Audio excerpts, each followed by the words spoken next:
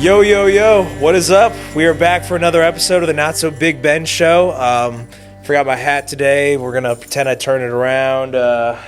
Cheers, Coors Banquet. Cheers. Still trying to get another sponsor. Please. Come on, please. I'm begging. Please. Begging. But man, a lot has happened over the weekend. A lot of jam-packed fights. Man, I mean, there's so much to talk about, and I got my one and only here to talk about it. Yo, what is going on, man? It's your boy Pro, feel me? At Proden on Instagram, feel me? And I will honestly say, last weekend, I was impressed. Amazing. With the fights in general, just with the level of mixed martial arts, like, last week was insane, brother. And I can't wait to talk about all the stuff we got to talk about today. It's going to be fire, man. For sure. And, you know, the easiest thing to do would be go straight to the main event. But that just seems so casual of me and us. Like, you know, because I hear this thing, the prelims are really the ones that just seem to. I saw this meme the other day where it was like a title fight and it's like two guys hugging and then it's just like two guys on the prelims trying to pay the rent and they're just beating the shit out of each other. Beating the fuck out of each other. Iwu Baranushki, I don't know how to say his name, versus Ibo Aslan. That is a fight you see in your bar. Man. Holy straight bar fight. Like, no blocking, really. No, like, technical, like, you know what I'm saying? It's just, I want to fuck you up, and you're feeling that way, I'm feeling that way. And it's like a mutual agreement between them almost, where it's like, yeah, we're not really going to be technical. We're just going to try to fuck each other up. Right.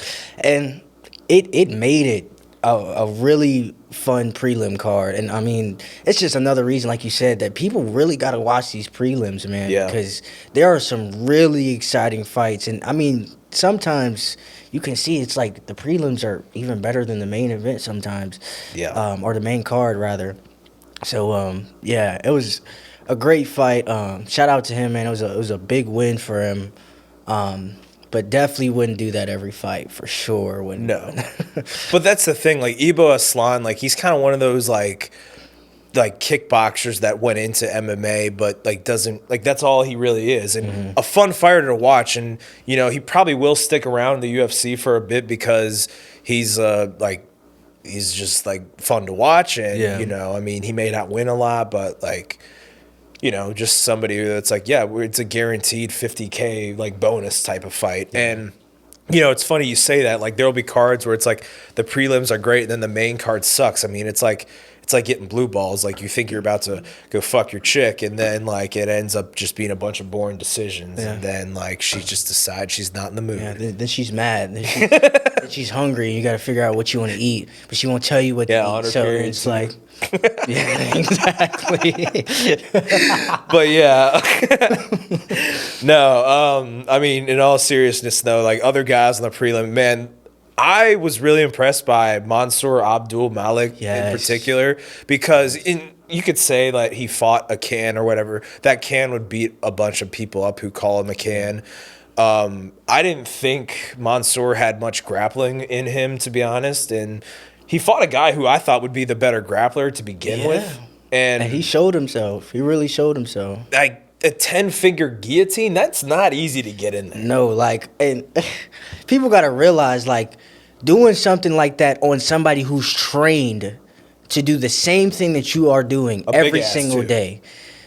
It's like doing something like that, even getting in position to where you can lock your fingers and really sink in a choke like that. It is not easy against somebody who knows what they're doing. No. So for that, to me, that just shows that, you know, he's got something there, at least on the ground. And then, I mean, like I said, these new evolution of fighters, man, it's like you have to worry about them everywhere. And now we're seeing it on the prelims, too. Yeah. It just shows the high level, man. Well, it's crazy. And the thing was, like, everyone thought that Mansour was just, like, the striker, like, didn't have much of a ground game. But, I mean, man, like, it just kind of just made me think, like, he has evolved a little bit as a martial artist. Like, I thought he had a lot to prove after his last fight against Cody Brundage, and you know, I mean, maybe they'll still give him guys, like, you know, that aren't really that great, and he'll build his way up. But I think he's a sneaky guy at 185, and would be fun if he ever fought like a guy like a Teba Gutierrez or something like that. It would be interesting. But another one I was really impressed with, Jalin Turner, man. Holy shit. It looked like he just really needed a reset. It sucked because I loved Edson Barboza, man. Like, a guy, like, really grew up watching. Yes, Hall of Famer. I mean, leg kicks are insanely good. Like, when you want to talk about leg kicks, man, you look at Aldo and you look at Barboza, bro. Two Brazilian guys, which, like I said, it's my heritage, so I feel some type of way. You know what I'm saying? But those guys, man, they, like, Barboza in particular, man, he's been such a vet, man. I mean, talking about the fights that he's been in and the wars that he's been in, I mean, he's been in a lot of fights where he's been tested. And, I mean, he's shown and proven that he's a Hall of Famer, definitely, which is even the longevity of how he's been fighting. But back to Turner, man, I think it was definitely needed. This was a needed win for him because he wanted to retire. He was retired. He was retired. He didn't want to fight anymore. And I always thought he had the talent to fight. Like, if you see the way he fights and the way he strikes, he's a really good place puncher. And when I say place puncher, he places his punches, like, where he wants to put it, he puts it there. And not a lot of fighters can do that. But he looked really fluent, looked really good. And against a guy like Barboza, no matter, you know, you could say Barboza's not in his prime, whatever, but at the end of the day, it's a proven win. And he's only going to build off this, man. And I think it's good for him, for sure. And, I mean, I think that fight kind of showed why Barboza cut down to 145 at one point. And yeah. It stinks because I think his best days are kind of behind him at this point. I mean, had one. I can't remember who he had that spinning wheel knockout on, but that was one of my favorite. That was nasty, bro. Stiffened him up. That's like one of the best UFC knockouts. But again, like Jalin Turner just looked like a completely different man out there. And whether you want to say Barboza's washed or not, him like making it look like Edson Barboza didn't belong in there, like on the feet especially. Yeah, on the feet. Yeah. Because like I thought genuinely Edson would have like. If it was a stand and bang fight, like I thought Edson was going to get the better of that. But then again, he did get kind of beat by Drakkar in his last fight. But again, you know, it's maybe it's just his time. But two other guys in those prelims, Fares Ziam, man, I sneaky guy at 155 that I think will eventually get a top 10, top 15 opponent at one point. And the other one, I mean, Chris Duncan, I thought he was dead in the first, like, 20 seconds. And you said it, too. Yeah, like, bro. What was it? You were like, I mean, McKinney, he's a fun fighter, but just not very technical. Yeah, it's just not technical with his setups in particular, like the way he sets up what he's trying to do. I think it just lacks he lacks combination and he lacks tightness. Like, you can't fight so open. Like, you can't fight leaving yourself so open. Like, you have to fight tight. You got to keep it tight. Right. Punches tight, hooks tight, jab tight. And I think, you know, it's definitely something he's got to work on.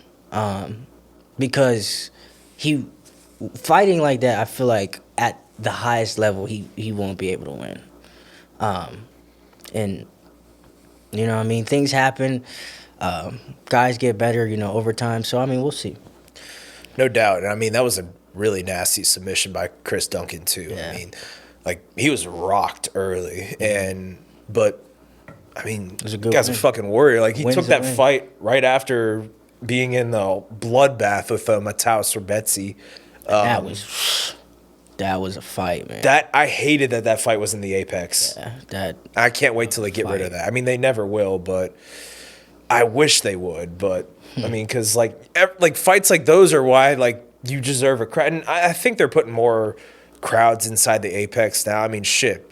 If the Apex is cheaper than, because I mean, I've looked at some of the tickets for these UFC events. I'm like, if I could go to like an Apex fight for $200, I'd fucking do it. Yeah, I mean, for sure.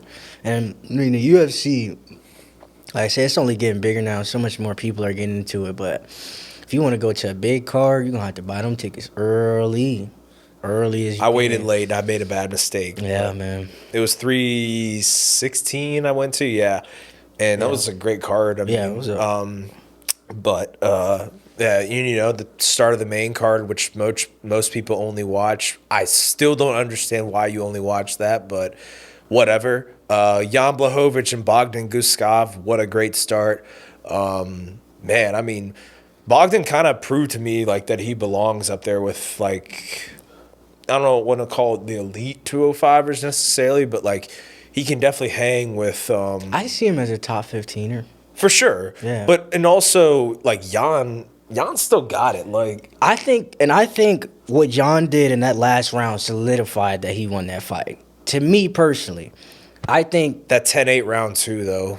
See, that's the thing, though. When he got 10-8, it's like, man, it was really hard to come back from that. And Hitman, I'm gonna call you Hitman because that's his new like nickname. You know what I'm saying? He's trying to. Who? Guskov? Yeah, that's his like new thing. Is because he's got like the Hitman look or whatever, so he's trying to be that. I will say, and I don't know how old he is, but I see a lot of good in him now. Yeah. Like I saw a lot of good in that fight, and for fighting a guy like Jan, who's ex-champion, who's really, one of the best in the division, to get out a draw, I mean, it proves something about what you have. And I mean, he can definitely stand up and bang if he wants to stand and bang, and he's got the power too, for sure. So it'll be really interesting to see how he develops. But I think they might fight again, to be honest. If it was a draw, I wouldn't be disappointed if they made that fight again. I mean. Either. But one I was really, really impressed with, in especially the fashion that he won with. Had a rough start to his year. Frank Ocean's boyfriend, Peyton Talbot. That's a real thing, by the way. No, I know, but I like the butt vape too. Bro, I can't clown him. He's a character, bro. Nice though on the feet. Man, when I talk about wrestling too. When I talk about placing your punches, man. His combinations looked so good. His straight off the jab was so clean and so fast. Like, Henry had no idea what to do with that.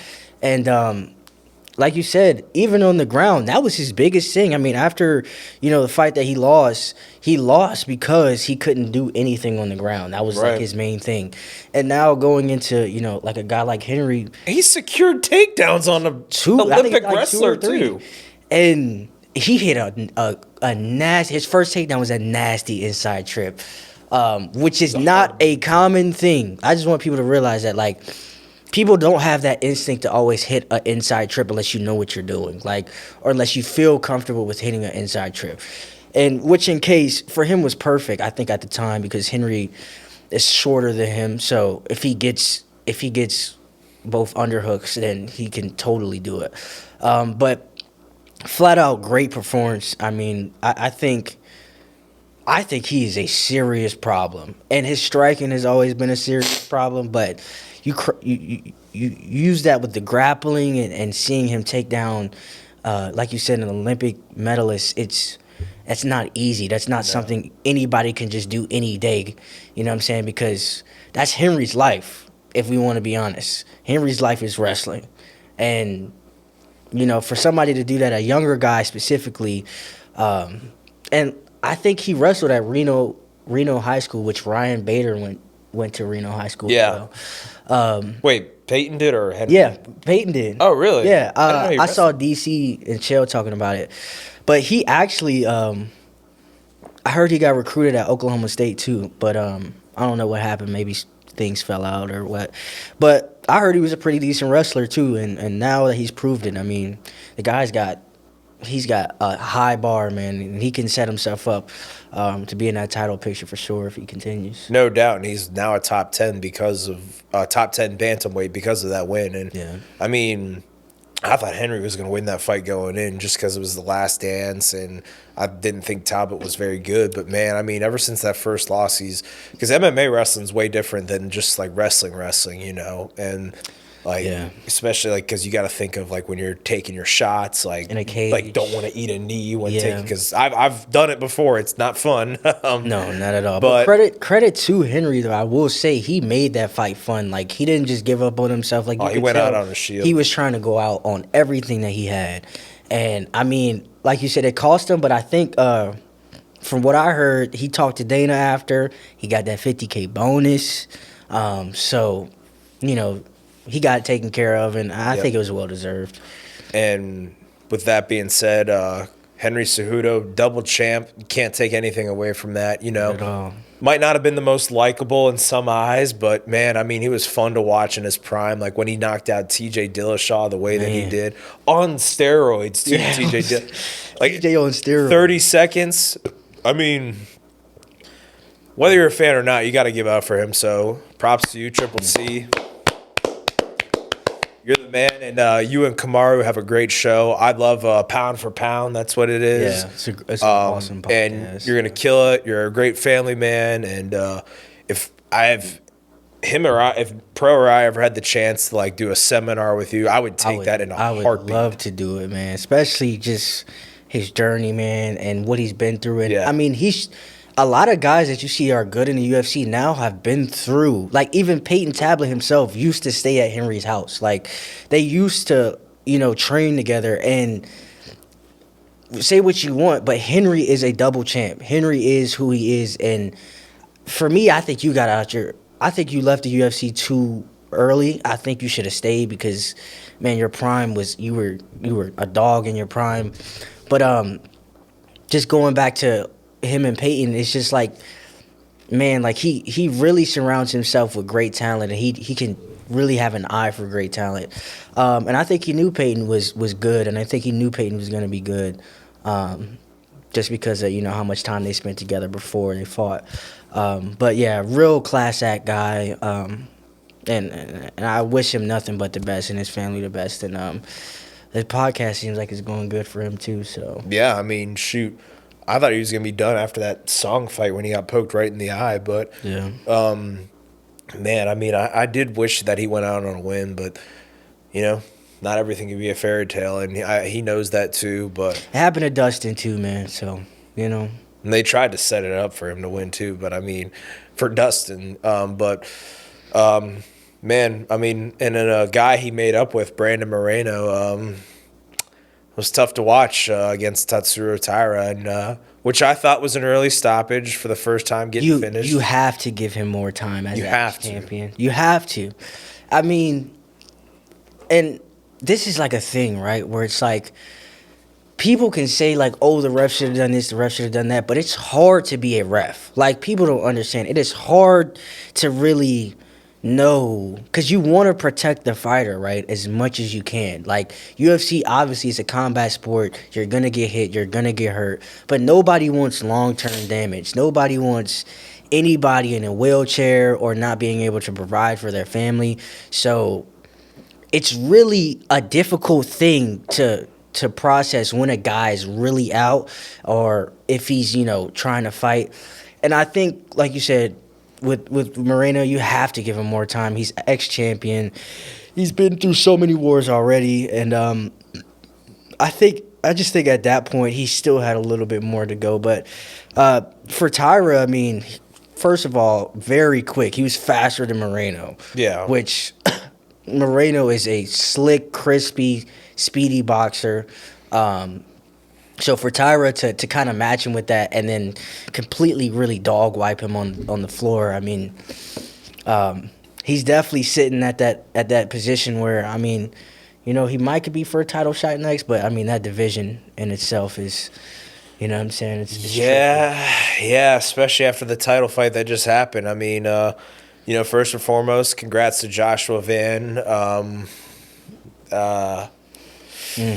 I know it doesn't feel like a good win or whatever, but I mean, I was expecting a long, fun fight between those two. Like I was expecting like a 5-round banger, and you can almost tell by the energy of like the first few seconds that it was going to be a good fight. Like, yeah, I mean, and credit to, you know, Joshua Van. I mean, I get it. Like, people don't understand. Like, it's not the right way to win a championship, right? It's not a way you want to win.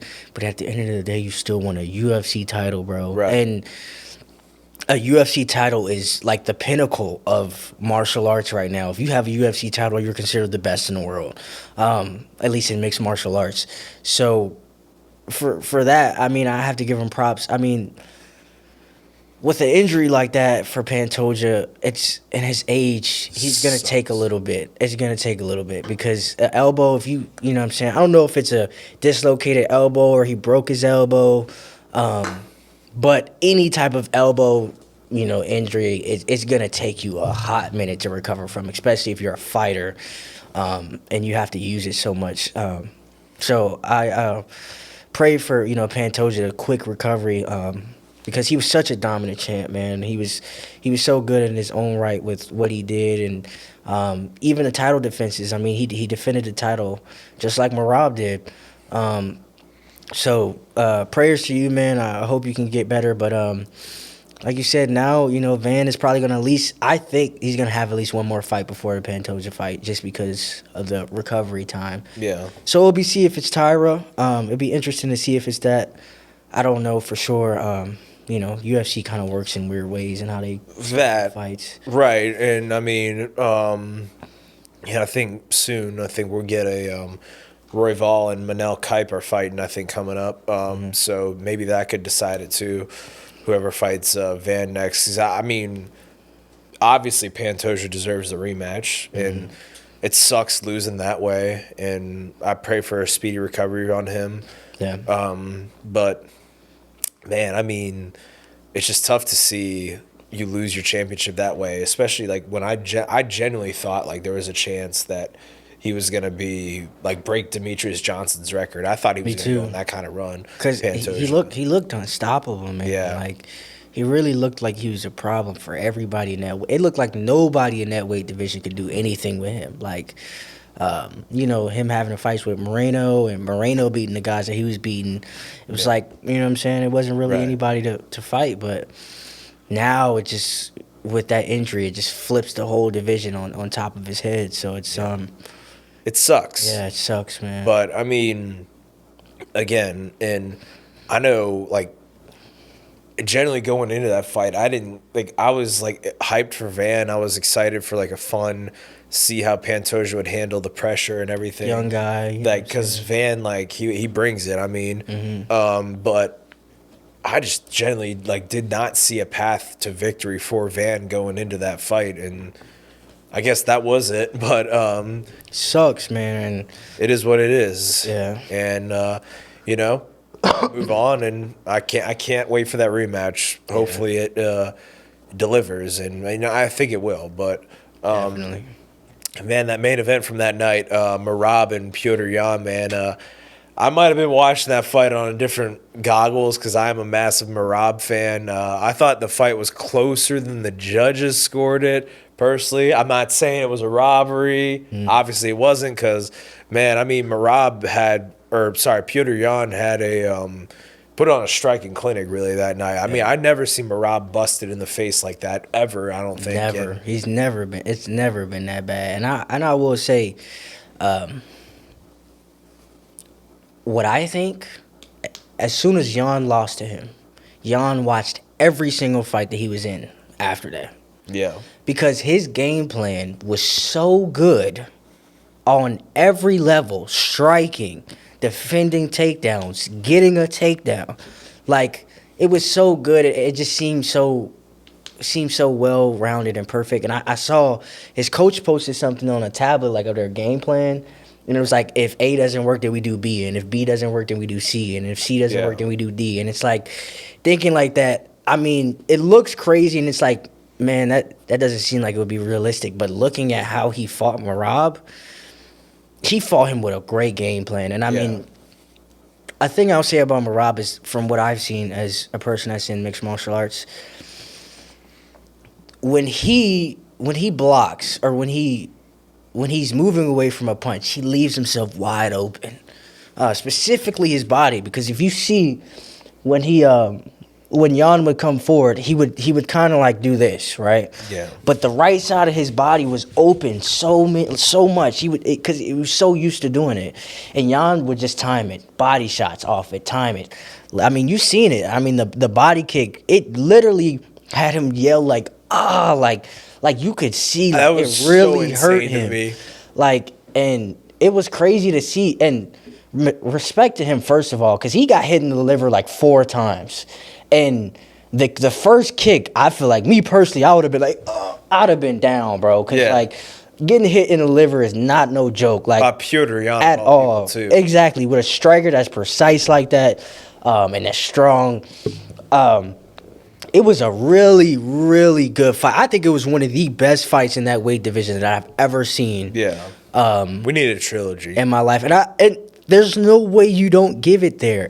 There's no way you don't take it there after this fight. Merab has deserved it. Yeah. No way he hasn't deserved it. He's been keeping the UFC afloat with all these pay-per-views. I mean, if you can give Sugar Sean an immediate rematch, thank you. Then you can give. Thank you. And I'm not trying to be disrespectful. Actually, yeah, I am, because I hate your coach, Sean. But I don't like his coach either. Yeah, I mean, Merab, like, he actually was a fighting like, now we got champions like Khamzat Chimaev and Islam Makhachev. I'm not trying to be disrespectful, but they don't ever fight. Like, they don't ever defend. Like, Merab was like, he just fought Sandhagen 2 months ago. I mean, yeah, and like you said, like, you don't see that often. So you have to praise these guys that do it, like Alex Pereira, like Merab, like Pantoja. You have to praise these guys because doing that at a high level is insane already. But doing it 4 times, trying to break a record in a year, that says a lot about your intentions and your goals and really how well-rounded you are as a fighter. But I believe in this fight in particular, Merab Jan had his number. I mean, that's just really what it looked like to me. And Merab still put up a good fight. Merab landed punches. He got his own set of takedowns. I mean, excuse me.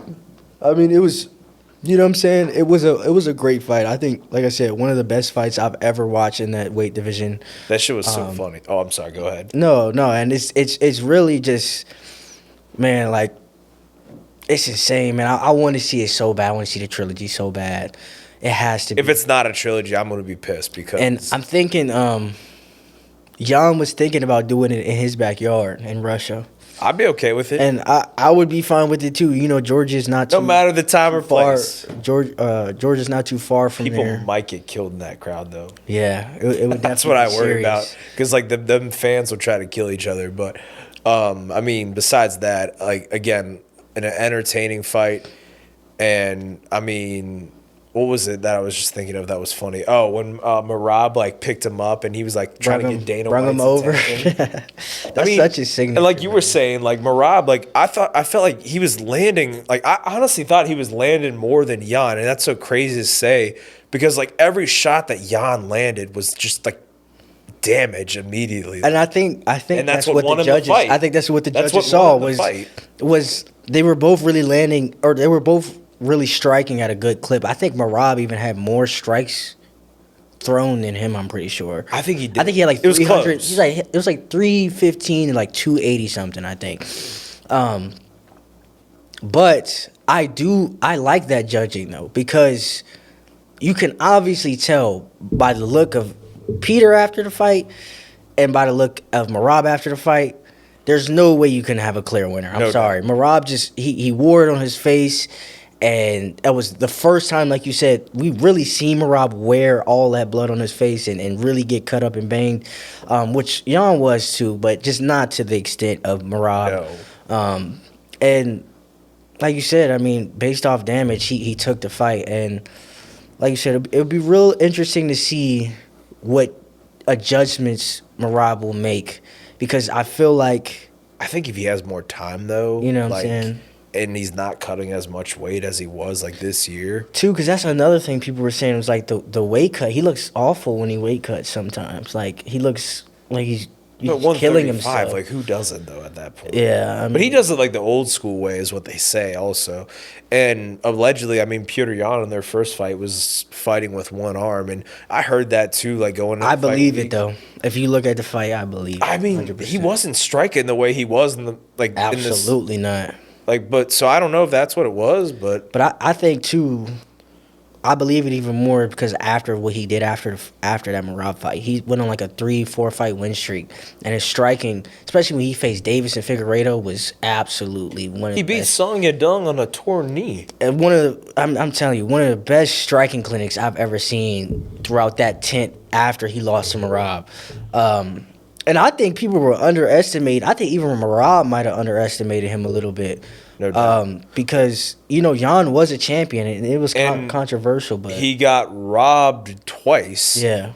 The second fight against Aljamain, I was there in the crowd. I thought he won. Yeah, I thought he won that fight too. And probably the worst judgment of all. Like, I couldn't believe the judges gave the fight to Sugar Sean over Petr Yan. Yeah, that was one of the worst. I think that was bad.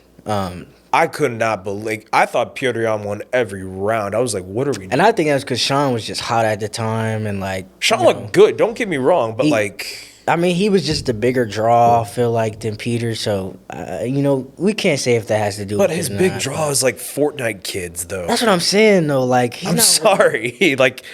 Grown adults don't like this shit that he does. I mean, and again, he's a fun fighter to watch, but I don't know, man. I mean, now I will give him respect though, because he said that the fight was one of the best or the best fight in bantamweight history. So, I mean, well, I don't know. Petr Yan and Merab too might have had something to say about that. No, I'm talking about that fight. Oh, that's what he said. That's what he said. Yeah. Oh. So I give him credit on that, but brother, I don't think you're next. I'm gonna say that.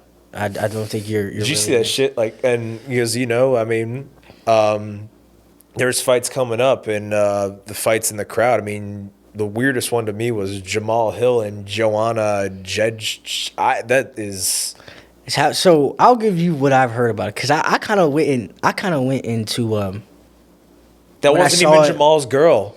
So, from what I've seen, right, they have a private space in the UFC, right? Yeah. Where they go, and he was saying that they went there. He had a couple of drinks. And mind you, Jamal Hill said himself, he has tried to smash Joanna, okay? He just has. He's literally said on camera, I've tried to smash her while I was in a relationship. I don't know when it was. I think he said when they were in New York. While he was in a relationship. While he was in a relationship. And he can admit to that. He said his girlfriend knew, so it's not like it's a thing. But from what I think in the situation, from what he said and based off of what she said, I think Joanna was drunk. And I think he was also a little drunk. I think because Joanna's response, she said a whole lot of nothing. I'm sorry. Her response to it was I'm going to defend myself and protect myself against other women. And it just didn't make sense because, first of all, like you said, his wife wasn't there. And I mean, second of all, it's sounded like his side chick. You know what I'm saying? It could be. You know what I'm saying? I don't know what the deal is with that, but I can get Hill's side from the clip, the video, because she was talking about she was gonna beat, or he said that she was talking she was gonna beat his ass and his girl's ass. I mean, his girl's untrained. She's not a mixed martial artist, so she would probably get her ass whooped. So obviously he's gonna defend that. He's gonna defend his girl. You're threatening him. So, I mean, I get where he's man, you're not going to whip my wife's ass. I will not let you do that. Because, you're simply protecting your wife. But for her not to be there. But that wasn't his wife. Yeah, I'm saying for her not to be there and not even be his wife, I kind of believe what Jamal Hill's saying. I don't know. He's gone on a downhill. He has a tendency not for it not to be fight. He has been kind of clowned ever since. And, I mean, he's brought it on himself, too. I mean, I have no disrespect towards the guy at all. Especially if I ran into him on the street, it probably wouldn't go well for me. He's a big dude. So, yeah, and it probably wouldn't go well for Joanna either. But again, I mean, that's not a fair fight. He's 205 pounds. She's 115, and I mean, I don't think he would ever put hands on her, right? He said he used to when he said knock the fuck her out, though. I mean, you gotta be careful. Because I think she was talking reckless, though. I really believe that she was talking the way he said she was talking. Because I don't feel like you just tell a girl that, right? Unless you're an asshole. But I don't feel like Jamal Hill, even though he has that reputation, I don't feel like he would just say that unless there was a response for him to say that to. You know what I'm saying? Right. So it's weird, and like you said, he was trying to get with her and do stuff with her before then. So I don't know if it was a thing then he like threatens that. to knock her out. That's kind of crazy. Yeah, I don't know, man. But he's talking about knocking that put. Now I'm not even.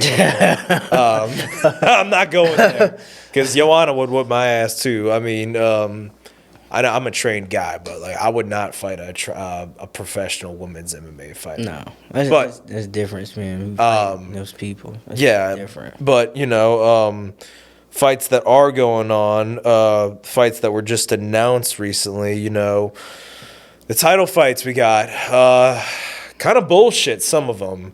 Justin Gaethje, Paddy Pimblett. I don't hate Justin Gaethje being in there personally. What? What do you mean? I get it because he's a big draw, right? Like, people are going to watch his fights, and he's a big box office. But what the fuck has he proven? What has he done? I mean, he probably should, like, I get his side. Compared to the other guys. You That's feel true. what I'm saying? No. Like, Arman's the most deserving. The fact he's not there is insane to me. But, I mean, I guess Dana White doesn't like him, and he doesn't like his own heavyweight champion either, Tom Aspinall, which... that's you Dana. just don't want to get on Dana's bad side. That's not a good thing from what I can tell. But going to to this fight specifically in Arman, I don't see how you don't give it to Arman, like in the way that he's fought and the things that he's done. I think over those two guys specifically, I would give it to him any day. No doubt. Just because of skill-wise and just because he really poses a threat for anybody, anywhere. But it is an entertaining fight. I will say, Justin Gaethje and Paddy Pimblett, there's no way that it wouldn't be. There's no way it's going to be a bad fight. I see it being a good fight. So that's why I get it. It's a big box office fight. It's two big names that people have watched and seen that they've been in, some good fights. So, I mean, you want to see how the matchup matches up, I guess. But I think Paddy has it all day. To me, I don't see Justin really doing anything with Paddy. I mean, if I'm being honest, I think Paddy Pimblett's a bum. If I'm just being honest. He does get hit a lot, though. There's nothing. That's the thing. And he does his best win is 40-year-old Michael Chandler. I mean, if it's going to be a standing fight, ain't no way he's beating Justin Gaethje on the feet. But I don't really see that.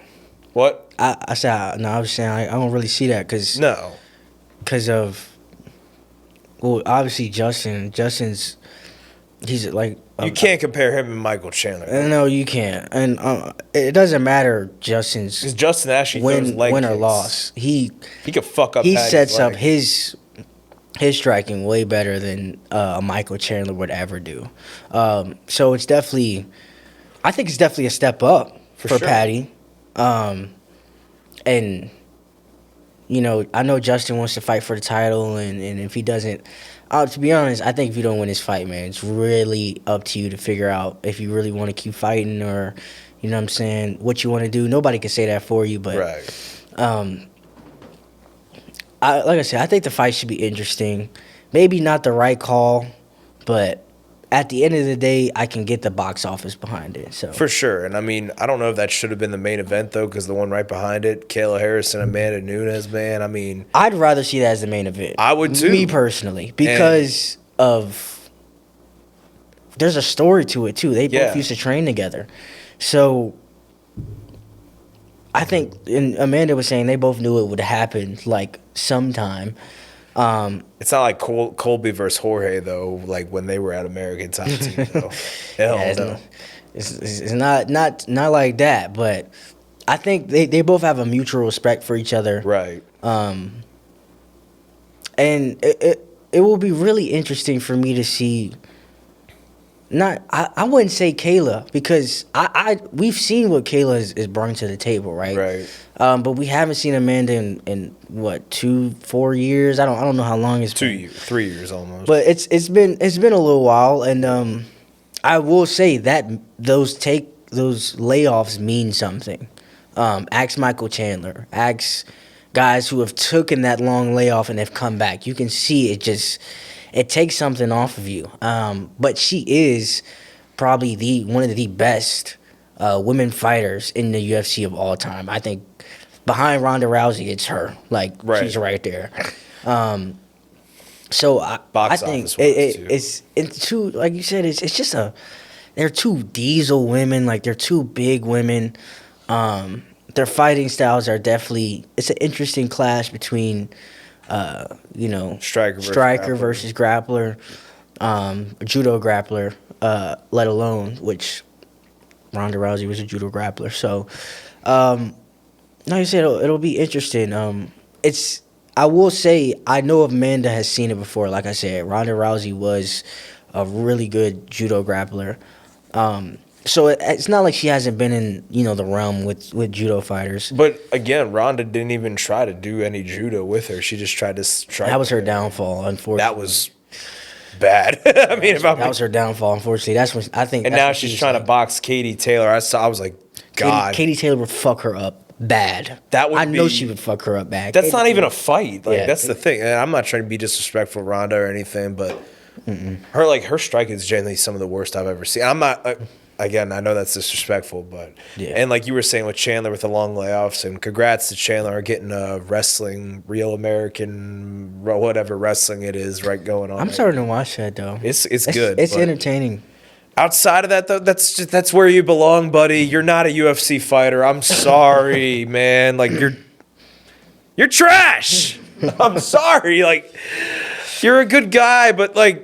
I mean, you're fun to watch, but after your fight with Paddy Pimblett, I was like, I can't justify this guy being in the UFC anymore. You can't. Because it didn't really look like Paddy did a lot to beat him. Like, it really didn't look like Paddy exerted himself to have this whole game plan to beat him. Like, he just didn't seem like one of those type of guys. So, I mean, fight world, man, it's genuinely interesting to see how much, comes up in today's society. Right. And, we got other fights announced here real quick. I'm going to try to say this as fast as possible. Volkanovski-Lopez rematch. Some people aren't too happy about that. I think it's great personally. Yeah. Max Holloway, Charles Oliveira. You could argue Max Holloway could be in that lightweight interim fight. Arnold Allen, John Silva, Waldo Cortez Costa, Derek Lewis, Sean O'Malley, Song Yadong, Umar Nurmagomedov, Davison Figueiredo, Natalia Silva, Rose Namajunas, Ateba Gutierrez, Andre Pulyaev, Charles Johnson, Alex Perez, Denzel Freeman, Josh Hokett. That's a character, by the way, Josh Hokett. Michael Johnson, Alexander Hernandez, Benil Dariush, Kulan Salkild, Talashan Teixeira, Tai Tuivasa. This might be Ty's last fight. Yeah. Cam Rowston versus Cody Brundage, Jacob Malkoun versus my boy Torres Finney, Dan Hooker, Benoit Saint Denis, Rafael Fiziev, Mauricio Ruffi, Mario Bautista, Vinicius Oliveira, Juliana Miller, Carly Judice, who I love to watch strike, and then in the main event in Houston, Sean Strickland and Anthony Hernandez. Out of all those, man, which one really intrigues you the most? Now, I will have to say, going off, I really think it's the most underrated fight on here. It's Umar and Figueiredo. Yeah. Like, that is going to be such a highly technical fight. Like, and for that division, to see where both of those guys go is very interesting. But I think for me, probably the biggest draw on this list to me is in between Volk and Max's fight. I think Diego can beat Volk. Like, I really see it. Like, I do too. I think Diego has what it takes. And I mean, last fight he was close. Like, it was a close fight, and I don't understand how people say he's not deserving. I think he's so deserving, especially after his last fight against John. He knocked him out. And John Silva is another contender, which he's another guy is a crazy animal, is crazy talented. And he's fighting Arnold Allen. And that's another fight for him, which I think he has that in the bag. For sure. I think if it goes the distance, I think he pulls it off. But going back to Volk and Diego, the first fight was an entertaining fight. I thought it was a really technical fight. I thought Lopez looked really good on the striking. And I think he can make adjustments to win the fight. So that with Max and Charles, I think That fight, man. I think it's just the clash of styles and how big those names are. You can't help but not watch that fight. No doubt. And I mean, again, like so many of those fights and yeah, I don't know. Does O'Malley beat Song though? That's just I really don't know, man. He's a pressure fighter, man. And he's coming to knock you out, man. I don't think he would knock him out, but I don't know if he would do it to O'Malley. I think if he goes to a decision, I like Song's chances, no doubt. But yeah, man. I mean, and I think Strickland could take it to Hernandez. I think because I think Strickland can grapple real well. Yeah. But man, a lot of good fights coming up, and Real American Wrestling, freestyle wrestling is on a roll right now. A lot of good boxing, and man, I mean, it's so great to talk about this with you guys. Thank you guys for tuning into this episode, and I can't wait to talk about more fights in the future. Have a great night, baby. Let's go!